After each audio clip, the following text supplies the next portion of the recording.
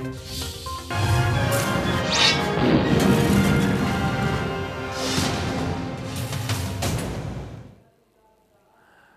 आप देख रहे हैं प्रदेश का नंबर 1 और सबसे भरोसेमंद news channel India news Haryana. मैं हूं यतेंद्र शर्मा। कभी मोबाइल तो कभी नशा, अक्सर इन दो चीजों को लेकर जेलों की सुरक्षा व्यवस्था पर सवाल उठते ही रहते हैं। लेकिन इस बार बाल सुधार गृह की सुरक्षा में चूक हुई है। दरअसल हिसार के बाल सुधार गृह से 17 बाल कैदी फरार हो गए। ये वो बाल कैदी थे जो हत्या और रेप जैसे संगीन मामलों में सजा काट रहे थे। हालांकि पुलिस ने 7 बाल बंदियों को गिरफ्तार कर लिया है, लेकिन 10 अभी भी पुलिस की गिरफ्त से दूर हैं। घटना सोमवार देर शाम करीब 6:30 बजे की है। बाल बंदियों को भोजन के लिए बाहर निकाला गया था। कर्मचारी खाना परोसने की तैयारी कर रहे थे। इसी दौरान पहले से ही प्लानिंग करके बैठे बाल कैदियों ने अंदर बैठे सुपरिटेंडेंट के सिर पर हमला कर दिया। गेट पर तैनात पुलिस के 2 जवानों ने कैदियों को रोकने का प्रयास किया तो दोनों के बीच 7 से 10 मिनट तक हाथापाई हुई और डंडे चले। कैदियों की संख्या अधिक होने के कारण दोनों जवान घायल होकर जमीन पर गिर पड़े और दोनों को ही गंभीर चोटें आई हैं। भागने वाले कैदियों में अधिकतर रोहतक और झज्जर जिलों के बताए जा रहे हैं। बाल अपराध से जुड़ा एक और वाकया जींद का है, जहां पीएनबी बैंक से हुई 20 लाख की चोरी मामले में बड़ा खुलासा हुआ था। आरोपी 11 साल का एक नाबालिग है जो परिवार के साथ कॉन्ट्रैक्ट पर वारदातों को अंजाम देता था। दोनों वारदातों की तस्वीरें भी आपको दिखाएंगे, लेकिन सवाल यही है कि बच्चों में आखिरकार अपराध की प्रवृत्ति क्यों बढ़ रही है और बाल सुधार गृह की सुरक्षा में कहां चूक हुई। इन्हीं सवालों के साथ हम खास मेहमानों के साथ भी चर्चा करेंगे।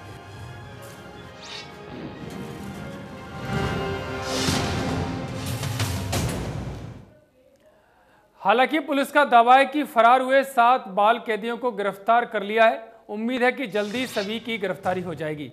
लिहाजा अधिकारियों ने बाल सुधार गृह का जायजा भी लिया।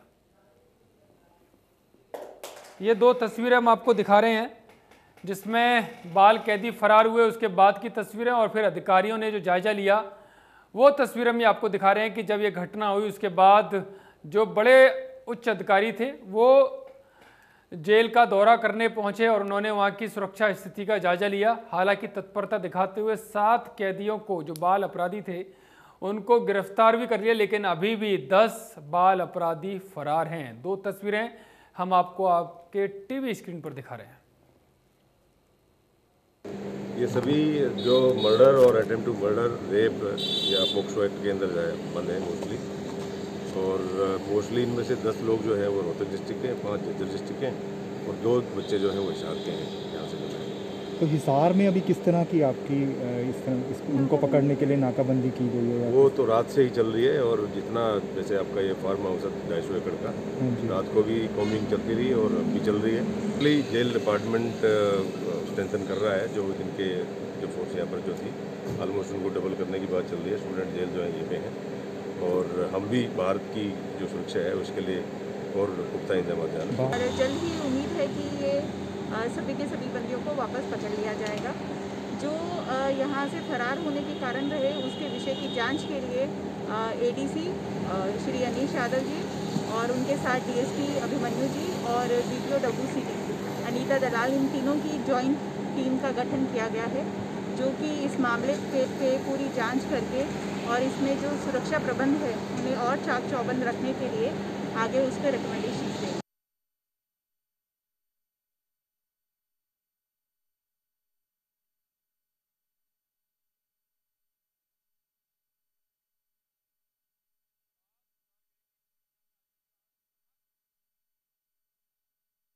चर्चा करेंगे, लेकिन आपको 2 टीवी स्क्रीन हम आपको दिखा रहे हैं। टीवी स्क्रीन पर 2 तस्वीरें आप देख रहे थे जहां पर यह वारदात हुई।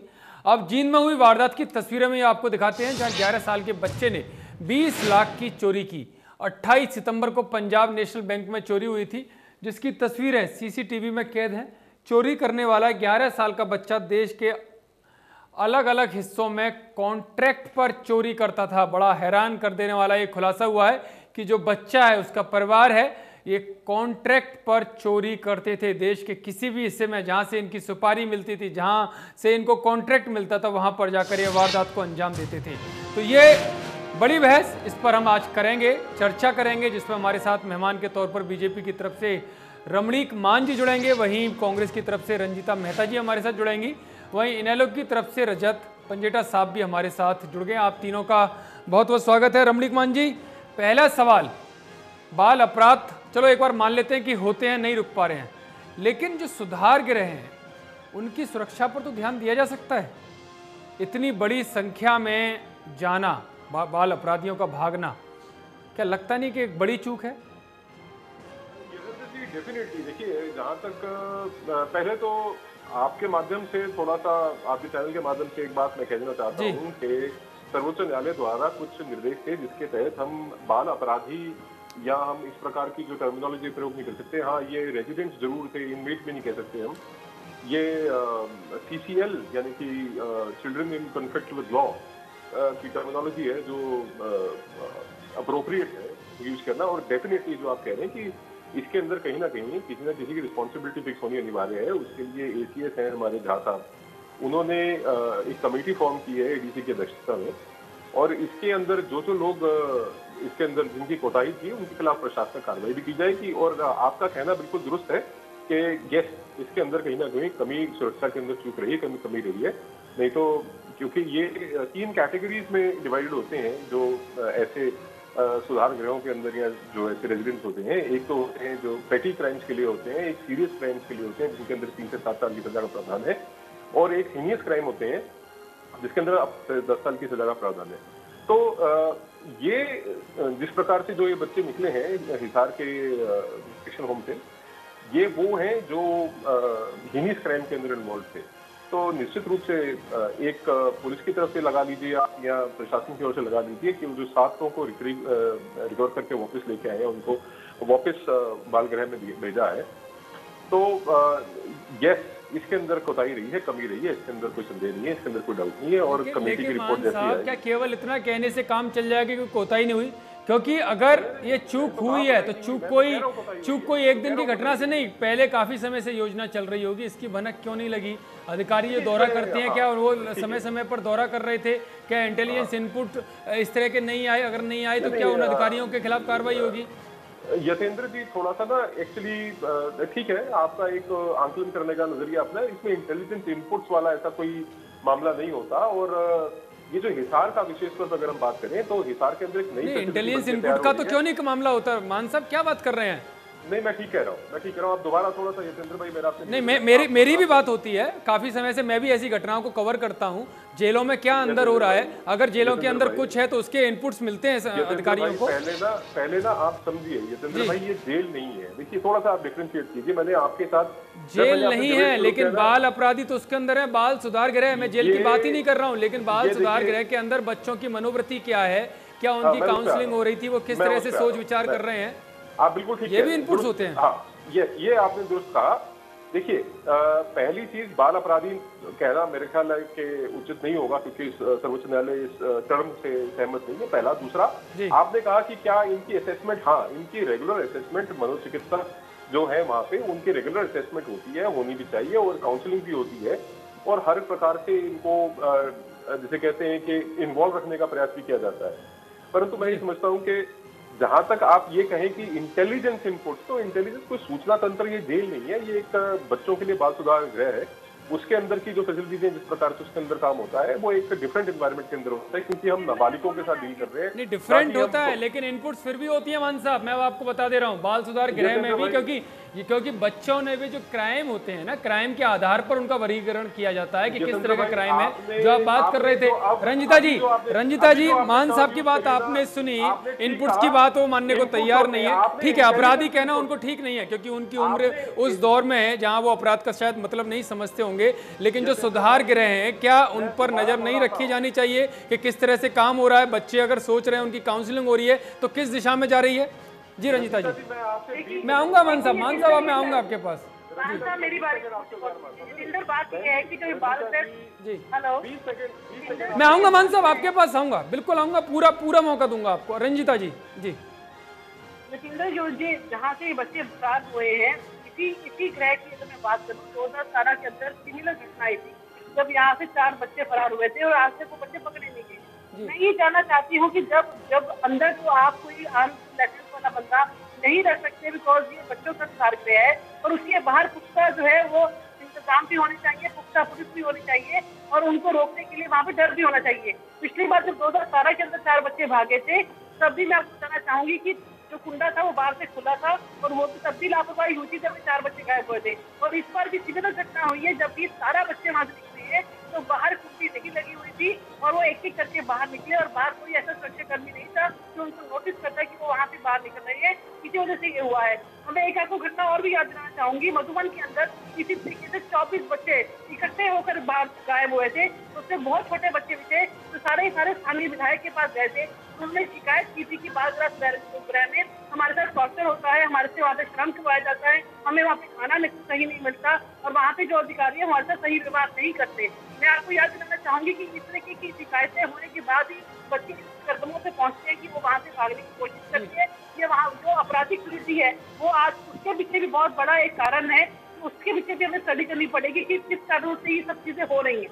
क्योंकि आजकल जो जिस तरीके की हमारे के जैसा मन होता है, जैसा खाना हम खाते हैं, जैसा अन्न और वैसा ही मन। आजकल जो जंक फूड का प्रथा आजकल बढ़ी हुई है, जिसका खाना बच्चे खाते हैं, उस तरीके से जो मोबाइल फैसिलिटी आजकल बच्चों के पास है, तो उनकी आपराधिक वृत्ति होना स्वाभाविक है। अब उसके लिए साइकोलॉजिस्ट वहाँ पर कैसे अपॉइंटेड है, वहाँ पे उनके साथ व्यवहार कैसा हो रहा है, अगर वो इतने बड़े जुर्म करके जो संगीन जुर्म है उसके पीछे वहाँ पे है, तो उनको सुधारने के लिए वहाँ पे क्या स्टेप कदम उठाए जा रहे हैं। तो बहुत सारी चीजें हैं, ये एक चीज नहीं है। बच्चे अगर वहाँ से भागे हैं तो उसके पीछे कारण होगा, एक नहीं दो नहीं, सारा बच्चे एक बार में गायब होते हैं। ये भी एक जांच का विषय होना चाहिए कि बच्चे क्यों भागे आखिरकार। जी मैं इनेलो प्रवक्ता के पास आऊंगा, रजत जी आपके पास आऊंगा, लेकिन उससे पहले डॉक्टर अश्विनी जी हमारे साथ जुड़ गए हैं, मनोचिकित्सक हैं, काफी फेमस हैं। डॉक्टर साहब, क्या जब बच्चों की काउंसलिंग होती है, आपको तो बड़ा अनुभव होगा, तो बहुत सारे इनपुट्स तो ऐसे मिल जाते होंगे कि बच्चे क्या सोच रहे हैं, किस दिशा में जा रहे हैं, क्या वो इनपुट्स, और खासकर जब बाल सुधार गृह में हो तो वो इनपुट शेयर भी किए जाते होंगे? बिल्कुल शेयर की जाते हैं, पर सबसे बड़ी हमारी विडंबना ये है जी कि वहाँ पे काउंसलिंग या तो होती नहीं है। जी बिल्कुल, ये बात निकल कर आएगी। जी बिल्कुल, अगर काउंसलिंग हो रही होती तो बच्चों की मनोस्थिति बड़े आराम से जानी जाती है। पहले भी बताया गया, ना उनको खाना सही मिलता है, ना उनको प्यार मिलता है। देखिए, इट इज वेरी इंपॉर्टेंट कि बच्चे यहाँ क्यों आते हैं, क्योंकि वो सोसाइटी से उनको धिक्कारा हुआ होता है, घरों में उनको इस तरह व्यवहार हुआ होता है कि उनको ये लगता है कि सोसाइटी में वो आउटकास्ट है, हर कोई उनको एक अपना दुश्मन नजर आता है या उन्हें दुत्कारा जाता है। उसके बाद हमारी कानून ने व्यवस्था बनाई है कि उनको सुधार घर में भेजा जाए, परंतु आप देखो क्या वहां ये काम होता है। वहां पे अभी इन्होंने मान साहब ने बताया जेल और इसमें फर्क है, परंतु एक्चुअली अगर आप देखा जाए जेल और वहां में कोई फर्क नहीं है। बच्चों की मनोस्थिति के हिसाब से उन्हें ना कोई प्यार मिलता है, ना उनसे पूछा जाता है, ना उनको तो वही जेल लगती होगी। होता है। जी बिल्कुल कोई विश्लेषण नहीं होता उनका, क्योंकि अगर उनका विश्लेषण होता तो बट नेचुरल है कि जो भी बच्चे कर रहे हैं, कुछ करने का सोच भी रहे हैं, अगर उनका कोई काउंसलर है तो काउंसलर से जरूर शेयर करते। और काउंसलर की ये जिम्मेदारी होती है कि वे बच्चों को खोले। आज नहीं, 10 दिन नहीं, 15 दिन नहीं, महीना नहीं, ऐसा कोई काउंसलर नहीं है जो कम से कम बच्चों को खोल नहीं सकता, क्योंकि सिर्फ हम लोगों को ट्रेनिंग इस चीज की है। हम लोग साइकेट्रिस्ट और साइकोलॉजिस्ट हैं इसलिए कि उनकी मनोभावना समझे, उनकी मन की दशा समझे और उस चीज पे वर्क करें। ठीक है, ठीक है। रजत जी भी हमारे साथ जुड़े हैं। रजत जी, आपने सभी की बात सुनी होगी, तो क्या लग रहा है कि बाल अपराध रोकने के लिए सच में हरियाणा सरकार ने कदम उठाए हैं? और बाल अपराध रोकने का एक अलग है, जिस तरह से सुधार गृह से भाग भी रहे हैं बच्चे, उसके पीछे की कहानी कुछ और भी हो सकती है? जी बिल्कुल यतेंद्र जी, मैं इसको सीधा अनएम्प्लॉयमेंट, ये जो बेरोजगारी है जी, और दूसरा जो युवा में ये जो बढ़ता हुआ नशे का प्रभाव है, जिसको हरियाणा सरकार रोक नहीं पा रही है। जिस तरह युवा में नशा दिन पे दिन, जो आज यूथ है, जो पंजाब से भी ज्यादा आज यूथ जो है वो नशे की तरफ खिंचता चला जा रहा है या बढ़ता चला जा रहा है। और नशा जो है वो अवेलेबल है, तभी युवा के पास अवेलेबल है, तभी युवा उस तक पहुंच रहा है। शराब के ठेके तो चलो जगह जगह खुले हुए हैं, लेकिन ये जो नशा बिक रहा है, ये जो चिट्टे का प्रभाव है पूरे हरियाणा के अंदर, इससे जो है बहुत ज्यादा युवा एक गलत डायरेक्शन में जा रहा है। और जहां तक इस जुवेनाइल्स की बात हो रही है, ये जो छोटे छोटे बच्चे हैं, आप बता रहे हैं 11-11 साल के। मैं आपके सामने एक दो उदाहरण देना चाहूंगा। ये जो एक सोशल मीडिया का प्रभाव है, कि जो वीडियो गेम्स का प्रभाव है, ये पबजी नाम की एक गेम है। उस पबजी गेम के लिए तो शायद रोक भी लगा दी। दो युवाओं ने, मतलब अब तो वो ज्यादा बड़े भी नहीं है, एक तो मेजर है एक माइनर है, उनमें से उन्होंने अपने पिता की हत्या कर दी। एक ये जो इंसिडेंस मैं बता रहा हूँ, एक दिल्ली का है और ये एक इंसिडेंस कर्नाटका का है। ये द हिंदू में भी ये पब्लिश हुआ था। मतलब एक वीडियो गेम के लिए कोई अपने बाप और अपने सिस्टर की कोई ऐसे हत्या कर दे। ऐसे दो मामले सामने आए। वो दो मामले जो थे, एक पटना का था, वहाँ 14 साल का बच्चा था, और जो दूसरा था, वो जो इंसिडेंस था वो उसके अंदर वो हैदराबाद का था। वो बच्चा भी छोटा था। एक जगह फिरौती मांगी गई, अपनी किडनैपिंग फेक की गई, और एक जगह 5 लाख की फिरौती मांगी गई, दूसरी जगह 3 लाख की फिरौती मांगी गई। किस लिए, कौन फिरौती मांग रहा है? एक बच्चे की मानसिकता आप देखिए। सोशल मीडिया का प्रभाव आजकल इतना पड़ रहा है बच्चों के ऊपर कि वो अपनी किडनैपिंग फेक कर रहे हैं। एक कोई नियंत्रण ही नहीं है।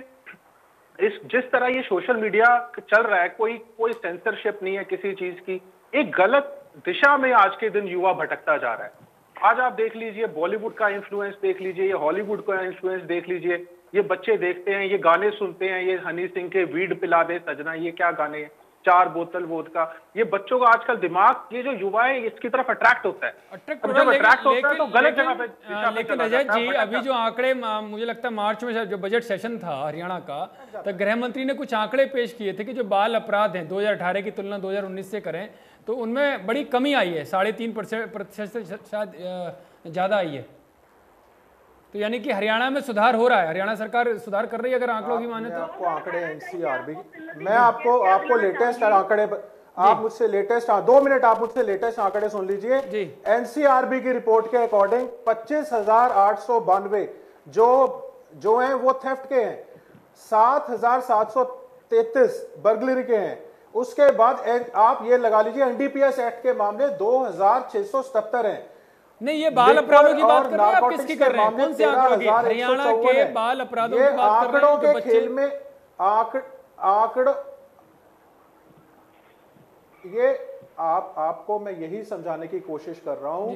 ये जो अनएम्प्लॉयमेंट है ना, ये बेरोजगारी में जो हरियाणा बार बार नंबर 1 बनाया हुआ है। दूसरा ये जो नशे की मार है। मेरा सवाल है रजत जी, क्योंकि बात आज हम बच्चों के ऊपर कर रहे हैं, बच्चों के अंदर जो अपराधों की प्रवृत्ति बढ़ रही है, मैं उनकी बात कर रहा हूं। हरियाणा सरकार ने एक दावा, मैंने आपको जी ये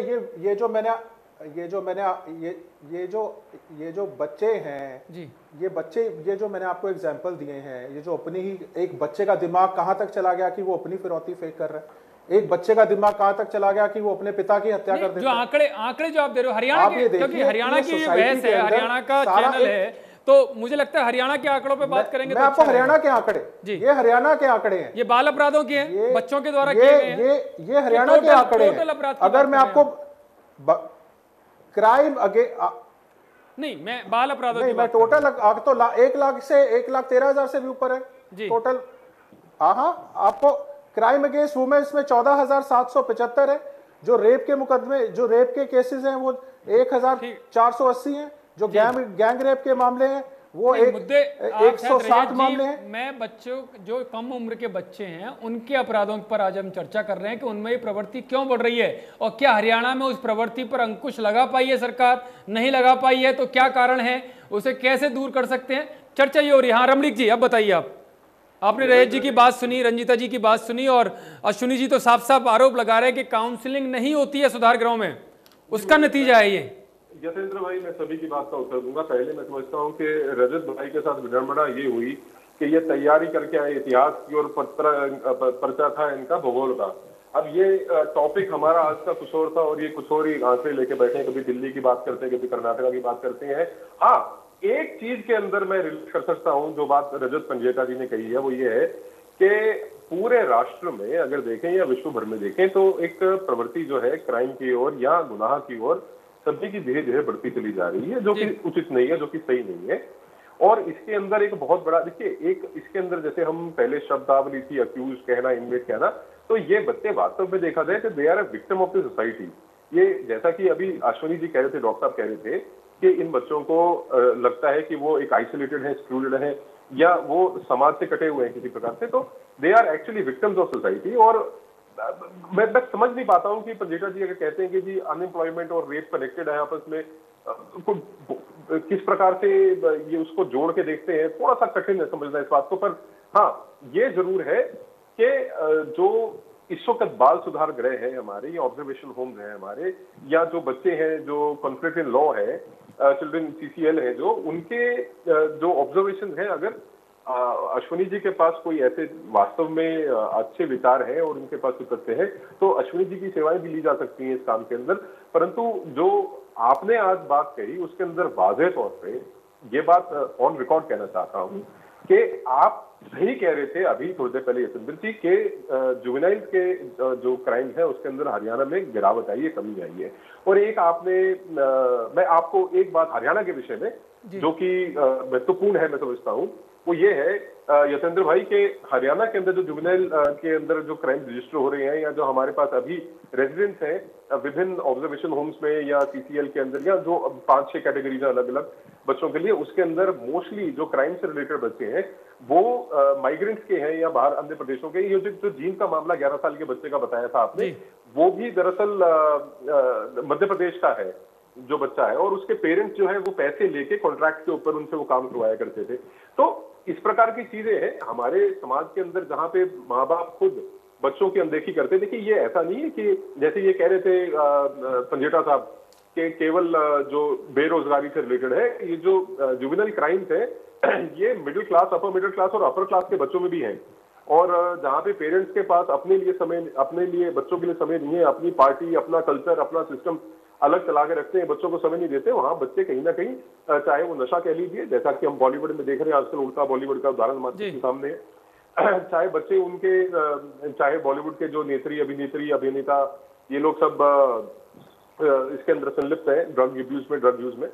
तो इनके जो आगे बच्चे हैं या और जो प्रेरणा इनसे लेते हैं, जिनके ये रोल मॉडल बन जाते हैं, और जब पता लगता है कि साहब ये पार्टी ड्रग है और ये विभिन्न प्रकार के हैं, उसके अंदर मैं विश्लेषण में नहीं जाना चाहता, एक्सपर्ट है हमारे साथ तो बता देंगे।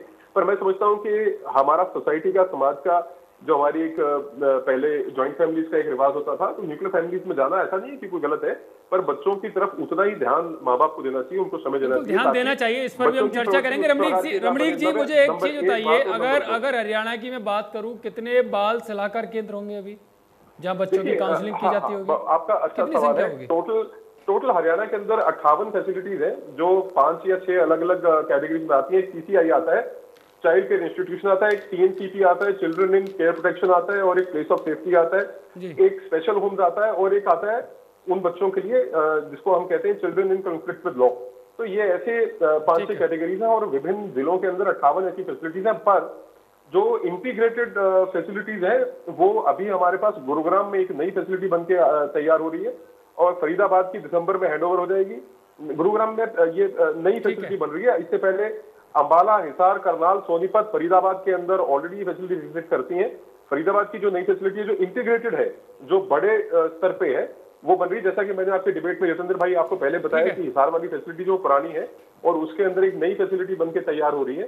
ठीक है, मैं रंजिता जी, क्या आपने सारे केंद्र कभी चक्कर लगाया कि इनमें किस तरह की काउंसलिंग होती है, किस तरह का फायदा बच्चों को मिलता है, जिस तरह के दावे रमणीक मान साहब कर रहे हैं? दावे नहीं, मैं सही कह रहा हूँ। ठीक है, रंजिता जी से मैं बात कर लेता हूँ। यतेंद्र, निश्चित तौर पे हम समय समय पर बाल गृहों में, जिस तरह भी यहाँ पर आशियाना खुले हुए हैं, उनमें जाते रहते हैं और वहां पर जाकर बच्चों के हालात देखते हैं। कई गृहों में नो डाउट बहुत अच्छी फैसिलिटी है, बच्चे बहुत खुश हैं और अच्छे से वहाँ पे रह रहे हैं। पर कई बाल गृह के अंदर ये शिकायत आती है कि वहाँ पे खाना ठीक नहीं प्रोसेस आता, या वहाँ का जो स्टाफ है वो प्रॉपर केयर नहीं कर रहा, वहाँ पर बच्चे खुश नहीं है। तो हर जगह की फैसिलिटी, जैसे 58 इन्होंने गिनती में बताए, तो हर जगह पर अलग अलग माहौल है और अलग अलग एटमॉस्फेयर है। आज अगर हम बात करते हैं बच्चों की, तो आज जो मेन रीजन है उससे पीछे जाना बहुत ज्यादा जरूरी है, क्योंकि आजकल जो है न्यूक्लियर फैमिलीज है, ज्वाइंट फैमिलीज होती थी पहले, जब दादा दादी घर में होते थे, चाचा चाची घर में होते थे, अगर माँ बाप नहीं भी ध्यान दे पाते थे तो पूरे परिवार का ध्यान उस बच्चे की तरफ होता था। अगर उसकी कोई गलत एक्टिविटी होती थी वो नोटिस में आती थी। पर आजकल प्रॉब्लम क्या है कि न्यूक्लियर फैमिली होने की वजह से मैक्सिमम जो पेरेंट्स हैं वो क्रैच की तरफ मुंह कर रहे हैं। अभी भी सरकार 550 क्रैच और नए खोलने जा रही है, तो उन क्रैचेस में जिस तरीके से बच्चे की परवरिश होती है और जिस तरीके के मोबाइल फोन और सोशल मीडिया आजकल बच्चे देखते हैं और जिस तरीके के जंक फूड और भोजन वो खाते हैं, तो निश्चित तौर पे उनकी आपराधिक वृद्धि जो है वो बढ़ रही है। अभी पबजी गेम की बात की जा रही थी, पबजी गेम जो चाइना द्वारा निर्मित है, वहां पर बैन है, पर वहां से यहाँ पे इंडिया में वो परोसी गई है और इंडिया के बच्चे उसको खेलते हैं और उनकी वो तो यहाँ पर भी बैन कर दिया, जो मैं रैयत जी को भी बता रहा था कि अब तो पबजी यहाँ पर भी बैन है। मैं आपको बिल्कुल अभी मैं आपको बता रही हूँ कि मैं हाल ही में आपको बताऊंगी 2018 की अगर बात करते हैं, 18-19 में एक केस आया था जिसके अंदर यमुनानगर में एक 9वीं क्लास के बच्चे ने अपनी क्लास टीचर को गोली मार दी थी और उनको मार दिया था बिकॉज इसलिए कि टीचर ने उनको डांटा था।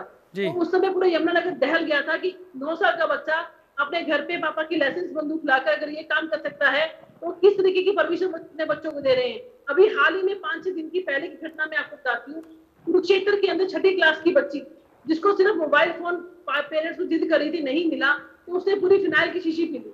तो 4 साल की बच्ची की मैं आपको बता सकती हूँ कि मम्मी ने डांट दिया तो उसने निकाल के अवलोट पी लिया। तो आजकल जो परवरिश है, जो समय हम बच्चों को नहीं दे पा रहे, जो आजकल परिवारों में संवाद की कमी है, हम बच्चों से नहीं पूछते, जब वो फ्री बैठे हैं उनसे बातचीत नहीं करते, उनका टाइम यूटिलाइजेशन नहीं पूछते, इसकी वजह से चीजें बढ़ती जा रही हैं। और सबसे ज्यादा जरूरत है मनोविज्ञानियों की। साइकोलॉजिस्ट जब तक उनकी काउंसलिंग नहीं करेंगे, जब तक उनमें पेशेंस नहीं आएगा, तो बेरोजगारी का एक मुद्दा उठाएगा। ठीक है अश्विनी जी, रंजिता जी कह रही हैं कि चाहे बच्चे अकेले, जो एक सिंगल फैमिली का जो चलन बढ़ रहा है वो शायद रीजन जॉब की वजह से है, क्योंकि औद्योगिकरण जिस तरह से बढ़ा है, लोग पलायन के लिए मजबूर होते हैं जॉब की तलाश में, वहाँ उनकी पूरी फैमिली नहीं होती है।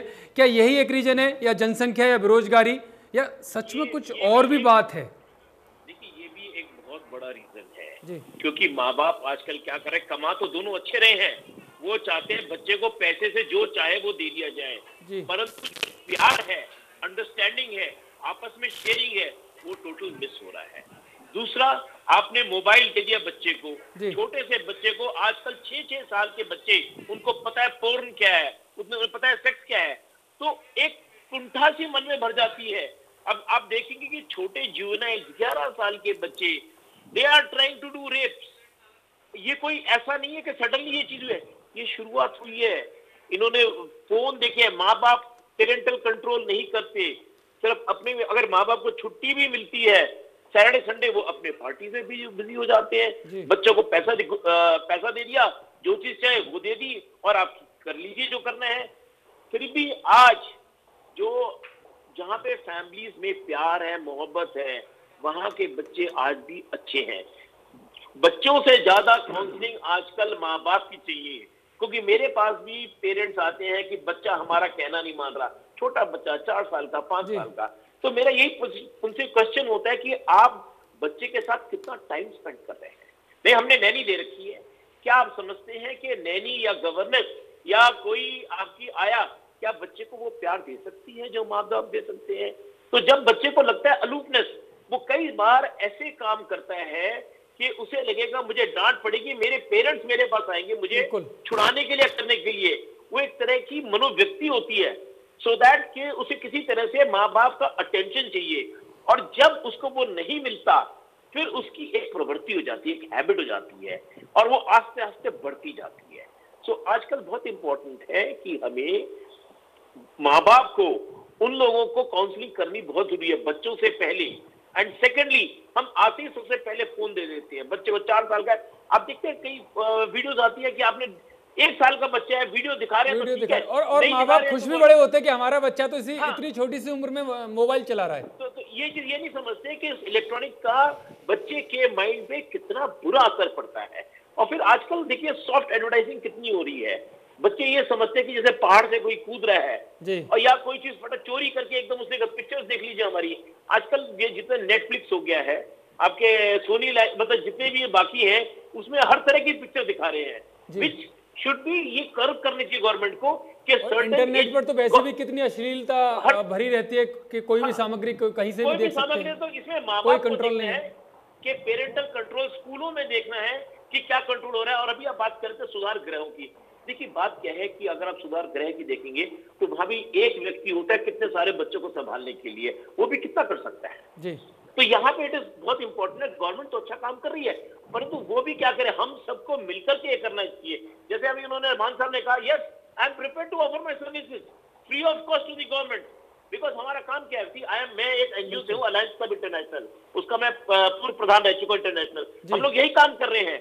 साउथ में स्पेशली हमने यहाँ बहुत अच्छा काम किया है कि वहां। लेकिन क्या हरियाणा में ये होता हुआ दिखाई दे रहा है आपको? क्योंकि देखिए हरियाणा में इसके पीछे कारण तो रहा होगा। देखिए कारण बड़ी क्लियर मैं आपको बताऊं कि जब तक जो की काउंसलर है वहां पे प्रॉपर जाकर के विश्लेषण नहीं करता, बच्चों के साथ अपना आत्मीय संबंध नहीं बनाता, तब तक ये घटनाएं होती रहेंगी और ये रुक नहीं सकती। ठीक है, ये बहुत इंपॉर्टेंट है। ठीक है रजत जी, आपने सुना, बहुत इंपॉर्टेंट है। काउंसलिंग नहीं होगी तो बच्चों का सुधार कैसे होगा, उनके मन में क्या चल रहा है कैसे पता चलेगा? ये चूक तो मान रहे हैं सरकार वाले, रमणीक मान साहब बीजेपी के हैं, वो चूक मान रहे हैं, लेकिन उस चूक के पीछे क्या कारण है उस पर बात नहीं हो रही।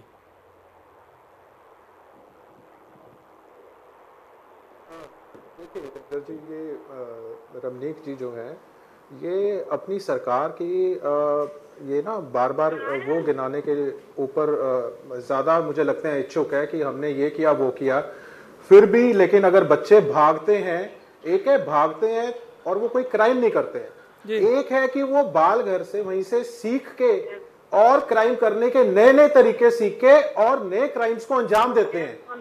तो ये सरकार की विफलता है। वो एक बाल घर जो है जहां बच्चा सुधरना चाहिए था, जहां उसकी प्रॉपर काउंसलिंग होनी चाहिए थी, उसकी बजाय वो बाहर आके अगर नए नए क्राइम करने के तरीके सीखता है, इतने डेंजरस तरीके सीखता है कि कोई सोच भी नहीं सकता एक बच्चा ऐसे क्राइम कर सकता है। तो यहां सरकार की विफलता है। वो बच्चे वहां बालघर में सुधर नहीं रहे, बल्कि नए नए तरीके सोच के आगे और कैसे क्राइम को अंजाम देना है वो ये सीख रहे हैं।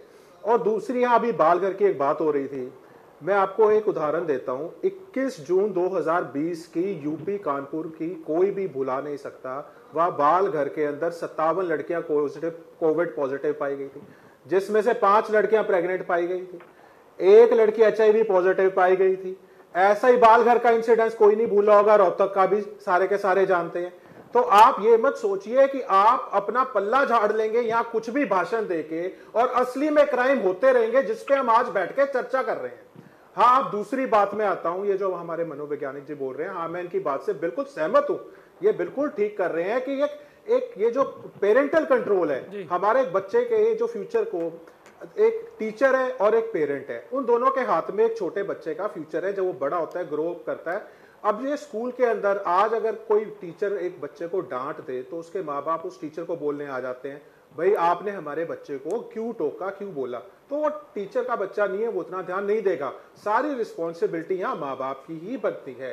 अब वो किस तरीके से अपने बच्चे का फ्यूचर शेप कर रहे हैं, क्या उनको संस्कार डाल रहे हैं, आपका बच्चा क्या कर रहा है। हाँ, एक 6 साल के बच्चे के हाथ में मोबाइल आना कितना डेंजरस हो सकता है, वो मैंने आपको शुरू में एक PUBG का एग्जाम्पल दिया कि एक बच्चे को उसमें क्या है, सारी मारधाड़ है, कैसे गोलियां मारनी है, क्या करना है। उसने अपने पिता की मृत्यु कर दी। ये द हिंदू का पब्लिशिंग हुई, आपको मैंने खबर बताई है।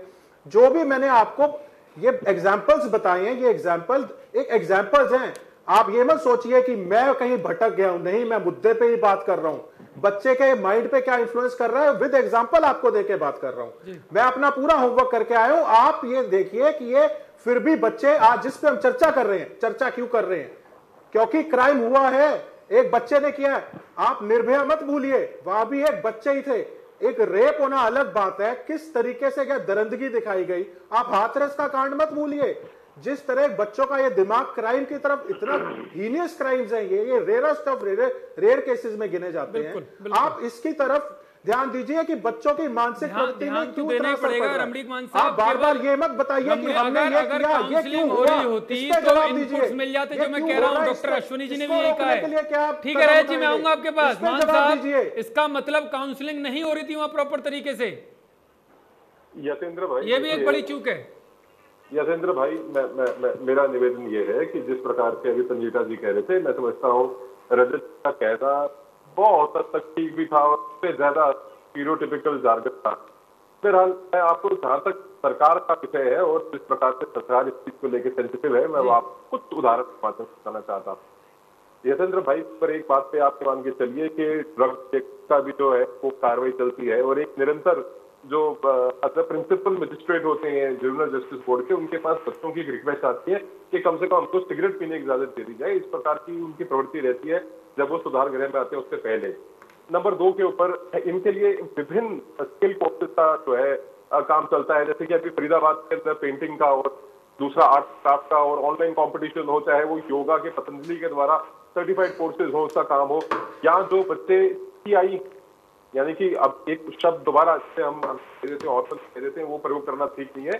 CCI जो है, बच्चे CCI को BC1 की कैटेगरी के अंदर उनको BPL कार्ड का काम, यानी कि जब वो इस सुधार गृह से बाहर है तो उनकी रिहैबिलिटेशन और सेटलमेंट के लिए विभिन्न प्रकार के समर्थ के माध्यम से कोर्सेज कराए, इनकी साइकोलॉजिकल काउंसलिंग है, ओपन स्कूल के माध्यम से इनकी एडमिशन, इनकी पढ़ाई का काम है, या इनके वोकेशनल कोर्सेज है, ये सारे काम इनके अंदर चल रहे हैं। और जहां जगह कमी महसूस होती थी, जहाँ पे उसके कुछ एक कारण भी है यतेंद्र भाई, कुछ एक ऐसे बच्चे हैं जिनको बेल ग्रांट होती है पर उनके पेरेंट्स आके उनको ले जाने से इनकार करते हैं, उनके पेरेंट्स की काउंसलिंग करने का काम भी सरकार करती है। ये मल्टीपल लेवल के ऊपर एक लेयर है, जैसे कि अभी पंडित साहब कहते हैं कि वो everything is described in the cloud, पर क्लाउड 9 से जमीन से लेकर क्लाउड 9 के बहुत सारे जो सरकार कर रही है और अपने प्रयास और अपने प्रयत्न यत्न निरंतर जारी है। लेकिन मान साहब, आपने ये पता किया कि हिसार जेल से जो भागे हैं कैदी, क्या उनकी लगातार जो बाल कैदी थे उनकी लगातार काउंसलिंग हो रही थी? जी मैंने बिल्कुल, अगर हो रही थी तो कैसे इतना बड़ा कांड हुआ?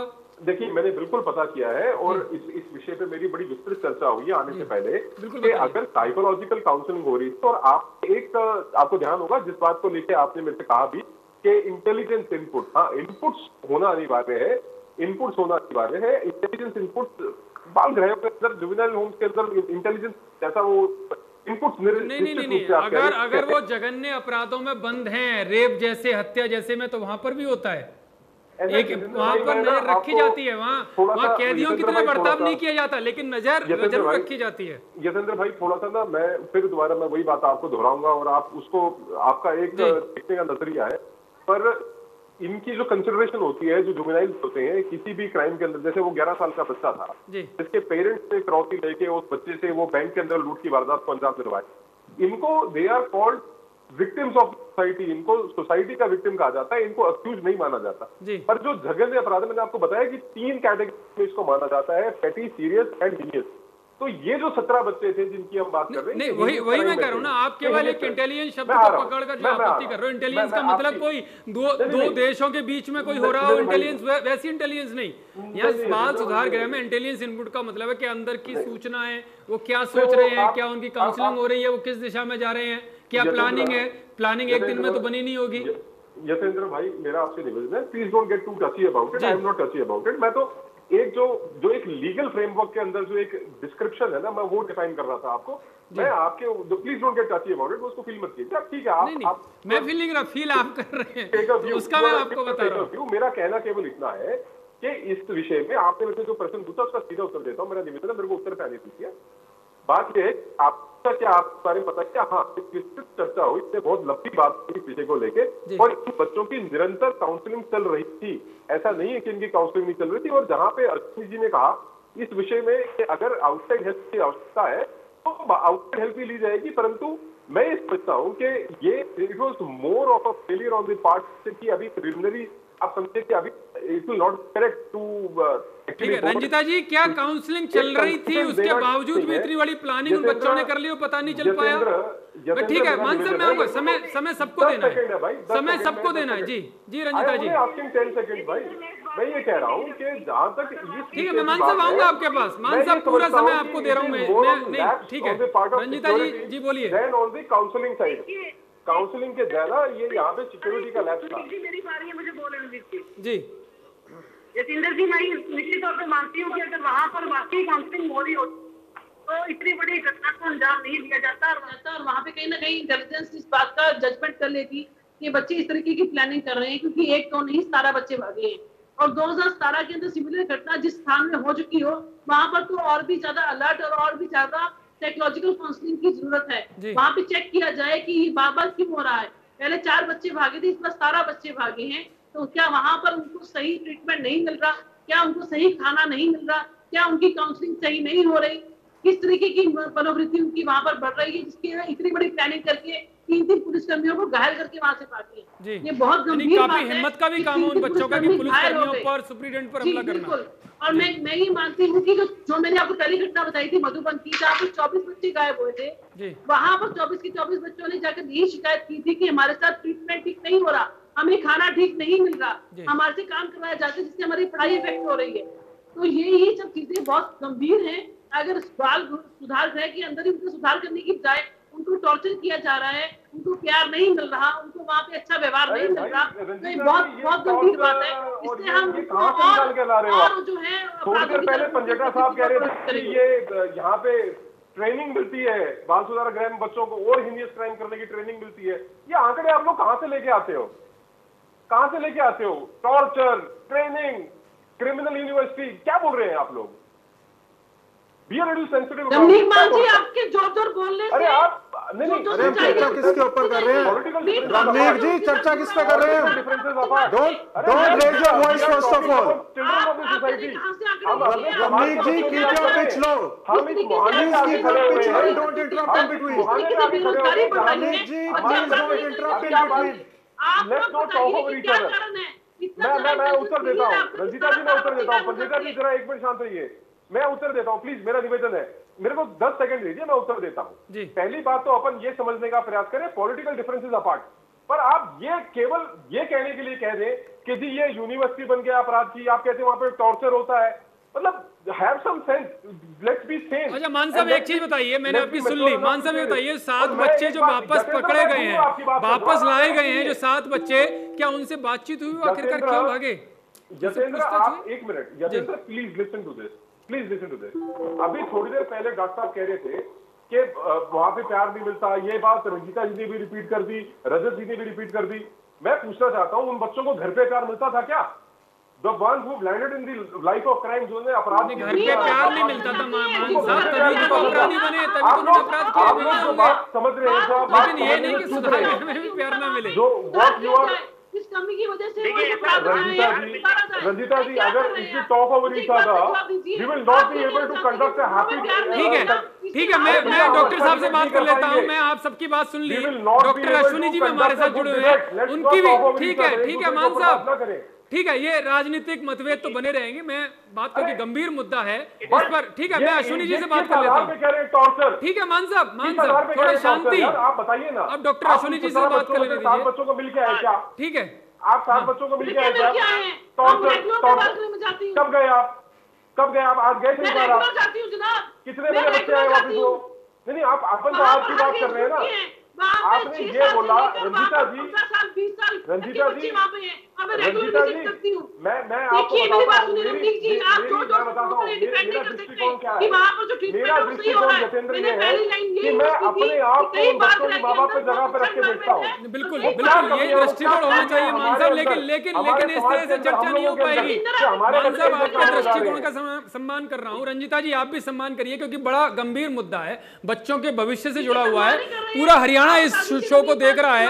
ठीक है, मैं आऊंगा आप लोगों के पास, लेकिन आप इस तरह से लड़ेंगे तो फिर कैसे जो चर्चा होनी है उसमें से जो निष्कर्ष निकलेगा वो कैसे आगे तक जाएगा? ठीक है, अश्विनी जी से मैं बात कर लेता हूं। अश्विनी जी, जब इस तरह की घटनाएं होती हैं, आपने तो कई, क्योंकि आज कोई पहली बार ऐसी घटना नहीं हुई कि बच्चे जेल सुधार गृह से भागे हों, तो क्या निकल कर आता है उसके पीछे कि घटना तो पहले भी होती रही? बात ये है कि अभी मान साहब कह रहे थे कि उनको अपने माँ बाप से प्यार नहीं मिला, वो बात ठीक है, परंतु यहाँ भी उनको अंडरस्टैंडिंग नहीं मिली, किसी ने उनको समझा नहीं। देखिए अगर यहाँ भी किसी ने समझा होता, अगर कहीं पे स्कोप ऑफ इम्प्रूवमेंट है करेंगे। जी मैं वही कह रहा हूँ, किसी पे उंगली उठाने का फायदा कुछ नहीं है। ये टॉक इसलिए होनी चाहिए कि कहाँ पे कमी है और उसे हमें दूर करना है। वही हम चर्चा में जानने की कोशिश कर रहे हैं। जी हाँ, तो यही आपसे बात कर रहा हूँ। देखिए अगर आप इसको आराम से समझेंगे कि यहाँ पे हमारी लैप्सेस क्या हुई, इररिस्पेक्टिव गवर्नमेंट कोई भी हो, हमारा सबका मकसद एक है कि हमें इसमें बेटरमेंट लानी है। That should be our motive instead of Poynting fingers. जो हो गया उससे ठीक है, बट नाउ वी वांट कि यहाँ पे सबसे इंपॉर्टेंट क्या है कि बच्चों की अंडरस्टैंडिंग नहीं हुई, और अगर 18 के 18 बच्चे एक साथ भागे हैं तो कहीं ना कहीं उनकी मानसिक प्रताड़ना हुई होगी, क्योंकि आदमी अपने उन्होंने बच्चों ने कही अपने को ठीक है रंजीता जी, सुन लीजिए, क्योंकि उनको अनुभव है इन सारे मामलों में, वो डेली इस तरह के मामलों से जूझते हैं जी। ठीक है अश्विनी जी की बात तो सुन लीजिए पूरी। आपने उस इंक्वायरी के अंदर कूदना है क्या, या आप इंक्वायरी होने से पहले आप उसको फॉरमल कंक्लूजन दे देंगे? आपके जोर जोर से बोलने से तो रंजीता मेहता जी, आपको हाईकोर्ट का जज मान लो क्या? मैं जुड़ना पड़ेगा तो आपको हाईकोर्ट का even I am psychology professional, मैंने ऑनर्स कर रखी है, रंजीता मेहता जी, मैं जानती हूँ। मान साहब, रंजीता जी, अभी बात संभावना पर हो रही है, क्या कारण हो सकते हैं उन पर हो रही है, हम कारणों पे बात कर रहे हैं, कई तरह के कारण हो सकते हैं। कंक्लूजन दे रहे हैं जो Ashwini ji, how can you conclude before the inquiry is been even conducted? आज तो टीम इनिशिएट की है, आज तो कमेटी बनाई है, आपने कमेटी आज बनी और आपने बस फोरग्राउंड कंक्लूजन दे दिया। How can you do that? आप तो दूध की रखवाली बिल्ली को पठाती है। अरे भाई क्या बात है, दूध की रखवाली बिल्ली क्या? मुझे एक बात बताइए, ये क्या गधा भैंस कुत्ता बिल्ली को हम इंसानों के बच्चों के बारे में बात कर रहे हैं। अरे हम इंसानों के बच्चों के बारे में बात कर रहे हैं, क्या दूध बिल्ली क्या? वो शिकायत करती है विधायक के पास कि हमारे साथ ट्रीटमेंट ठीक नहीं हो रहा, उसके बाद ठीक है मान साहब, ये बताइए 7 बच्चे आ गए, 10 बच्चे अभी भी फरार हैं, 24 घंटे से ज्यादा हो गया, क्या कर रहे हैं पुलिस अधिकारी? क्या बच्चों को भी नहीं पकड़ पा रहे? ठीक, मैं देखिए, मेरा निवेदन ये है कि मैं भारतीय जनता पार्टी का प्रवक्ता हूं, मैं पुलिस का प्रवक्ता नहीं हूं। जो अचीवमेंट हुई है, जो 7 बच्चों को लेके आए वापस बाल गृह के अंदर, उस विषय में मैंने आपको बताया।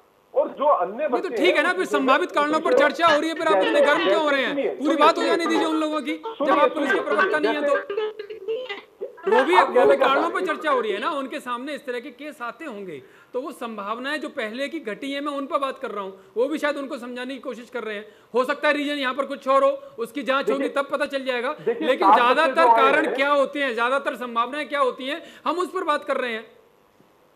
देखिए ऐसा है, आपको 2-3 बातें। पहली चीज ये है कि restriction of movement, restriction of life और लिबर्टी, जब आप किसी अपराध में संलिप्त होते हैं, चाहे आप जुवेनाइल हो चाहे आप एडल्ट हो, जुवेनाइल के लिए फैसिलिटीज और उनके लिए कानून के अंदर प्रावधान अलग है, जेजेबी है, जुवेनाइल जस्टिस बोर्ड है, जुवेनाइल जस्टिस एक्ट है, ठीक है, और जो अन्य है उसके लिए आईपीसी और सीआरपीसी के सारी इसके अंदर प्रावधान।